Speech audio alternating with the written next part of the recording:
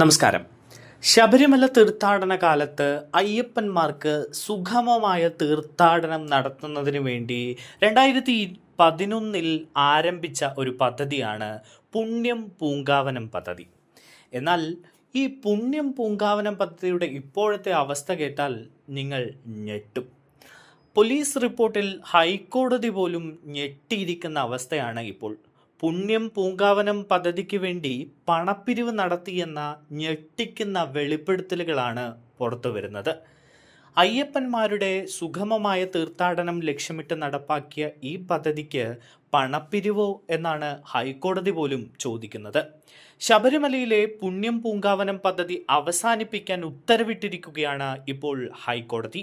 പദ്ധതിയുടെ പേരിൽ പണം പിരിച്ചു എന്ന റിപ്പോർട്ടിന്റെ അടിസ്ഥാനത്തിലാണ് ഹൈക്കോടതിയുടെ നിർണായകമായിട്ടുള്ള നടപടി ഉണ്ടായിരിക്കുന്നത്. പോലീസിന്റെ റിപ്പോർട്ടിന്മേൽ നടുക്കം രേഖപ്പെടുത്തിയാണ് ഹൈക്കോടതി ഇങ്ങനെയൊരു ഉത്തരവ് ഇട്ടിരിക്കുന്നത്.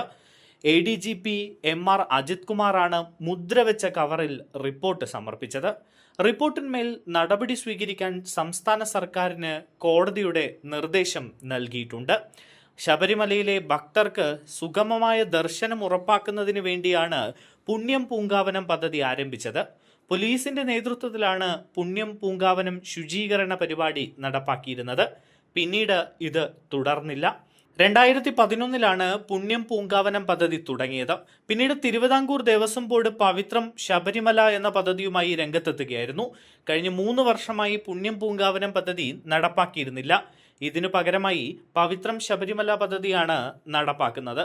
എന്തായാലും പുണ്യം പൂങ്കാവനം പദ്ധതിയുടെ പേരിൽ പണം പിരിച്ചു എന്നത് നടുക്കമുണ്ടാക്കുന്ന വാർത്ത തന്നെയാണ്.